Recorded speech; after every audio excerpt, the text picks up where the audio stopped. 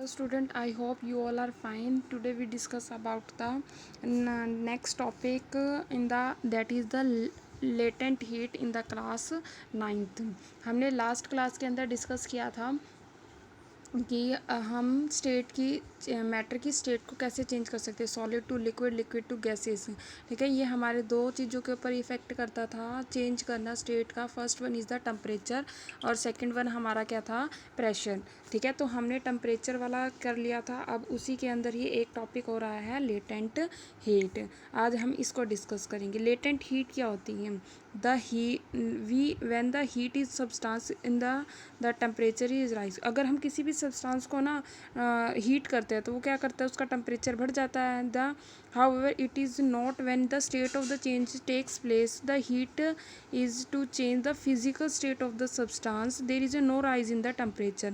ठीक है, मतलब कि हम सब्सटेंस की स्टेट को भी चेंज कर दें, स्टेट भी चेंज हो जाती है बट उसका टेम्परेचर भी राइज नहीं होता हम। ठीक है, the heat which have to supply to change the state of a substance is called the latent heat. Latent heat does not rise to the temperature. Latent heat क्या करती है, हमारे टेम्परेचर को राइज नहीं करती है। Latent heat has allowed always supply to change the state of the substance. Latent का meaning क्या होता है, हिडन। ठीक है, लेटेंट का मीनिंग क्या होता है, hidden. Because it becomes the hidden in the substance which is given to the change the state of the substance can not detected by the thermometer. ठीक है, जो टेम्परेचर को देखो, जो टेम्परेचर जिसमें राइज नहीं होता हम, ठीक है, टेम्परेचर राइज नहीं होता लेकिन स्टेट भी हमारी solid to liquid, liquid to gases में चेंज हो जाती है, उसे ही क्या बोला जाता है, लेटेंट हीट। ठीक है, जिस हीट के ऊपर हमारा टेम्परेचर राइज नहीं होता और हमारा सब्सटेंस भी क्या होता है, एक फॉर्म से दूसरी फॉर्म में, एक स्टेट से दूसरी स्टेट में कन्वर्ट हो जाता है, उसे ही क्या बोला जाता है, latent heat. The latent heat we supply to used in covering in overcoming the force of attraction the particle of a substance during the change in the state. latent heat हमारे दो टाइप के ऊपर depend करती है, एक तो fusion के ऊपर, एक वेपराइजेशन के ऊपर। ठीक है, लेटेंट हीट दो फ्यूज़न, फ्यूज़न का मतलब होता है सॉलिड टू लिक्विड में कन्वर्जन। ठीक है, सॉलिड टू लिक्विड में कन्वर्जन तो हमारा क्या बोलते हैं, फ्यूज़न। और लिक्विड टू गैस में कन्वर्जन क्या बोलते हैं, वेपराइजेशन। ठीक है, वेपराइजेशन। सॉलिड टू लिक्विड है, the latent heat of fusion can be study performing explanation as the flowing we have the crush in the broken in the thermo. ये देखो हमें ये सप्लायर दिया गया है एक, at the ice and the 0 degree Celsius the heat is the gently is use to flame. देखो यहाँ पर है ना, यहाँ पर आइस रखी हुई है और आइस का टेम्परेचर हमें पता है कितना होता है, 0 डिग्री सेल्सियस पे क्या होती है, मेल्ट होती है नीचे। हमने उसको हीट कर दिया लेकिन उसका क्या है, टेम्परेचर हमारा एज इट इज़ रहा। ठीक है, जैसे हमने उसको वो धीरे धीरे करके वाटर में मेल्ट होना स्टार्ट हो गया बट टेम्परेचर हमारा सेम का सेम रहा। जो अभी ये हीट दी गई है उसी हीट को क्या बोला जाता है, लेटेंट हीट। ठीक है, the heat which is going into the ice but not rising that temperature, the energy the state from the solid to liquid। ठीक है, अब solid to liquid में चेंज करने के लिए लेटेंट हीट कितनी होती है, 3.34 इंटू 10 की पावर 5 किलो जूल। 3.34 इंटू 10 की पावर 5 किलो जूल पर किलोग्राम। ठीक है, ये याद रखना।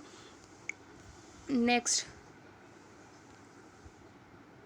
ठीक है, नेक्स्ट आता है latent heat of the vaporisation. Vaporisation में क्या होता है, जब वाटर को बॉईल कर दिया जाता है तो टेम्परेचर क्या रहता है, रिमेन कांस्टेंट। हमें पता है बॉईल करना मैक्सिमम फिजिकल स्टेट क्या होती है बॉईल करने की, 100। आइस को मेल्ट करने की कितनी होती है, 0 डिग्री सेल्सियस पर। ठीक है, until the water can be steam. इसके बाद क्या होता है, वाटर क्या होने लग जाता है, steam. The latent heat of the vaporisation a liquid quantity of the heat in a joule converted required to convert 1 kilogram the liquid to the vapour. कितने में कन्वर्ट करती है, 2.25 इंटू में 10 की पावर 5 टेम्परेचर के ऊपर। ठीक है, ये हमारी क्या आती है, वेपराइजेशन में एनर्जी होती है। ठीक है, इसी तरीके से सब्लिमेशन प्रोसेस क्या होती है जब हम किस में कन्वर्ट करते हैं, सॉलिड टू वेपर में डायरेक्टली कन्वर्ट करते हैं, या वाटर टू सॉलिड में डायरेक्टली कन्वर्ट करते हैं, उसे क्या बोला जाता है, सब्लिमेशन। अभी तक हमने क्या पढ़ा था, सॉलिड टू लिक्विड में कन्वर्ट किया, इसे मेल्टिंग बोला, लिक्विड टू गैसेज में कन्वर्ट करा तो इसे बॉइलिंग बोला, ठीक है। फिर इस गैसेज टू लिक्विड में कन्वर्ट किया, इसे कंडेंसेशन बोला, लिक्विड टू सॉलिड में कन्वर्ट करा तो फ्रीजिंग बोला। अब हम क्या करें, डायरेक्टली सॉलिड टू गैसेज, ये गैसेज टू सॉलिड में कन्वर्ट हुआ, ठीक है, तो इसे ही क्या बोलते हैं, सब्लिमेशन, ठीक है। सब्लिमेशन में आप ये डायग्राम याद रखना, देखो जब हम सॉलिड टू लिक्विड में जा रहे हैं तो क्या बोलते हैं, मेल्टिंग, ठीक है। लिक्विड टू गैसेज में जा रहे हैं तो क्या बोलते हैं, बॉइलिंग।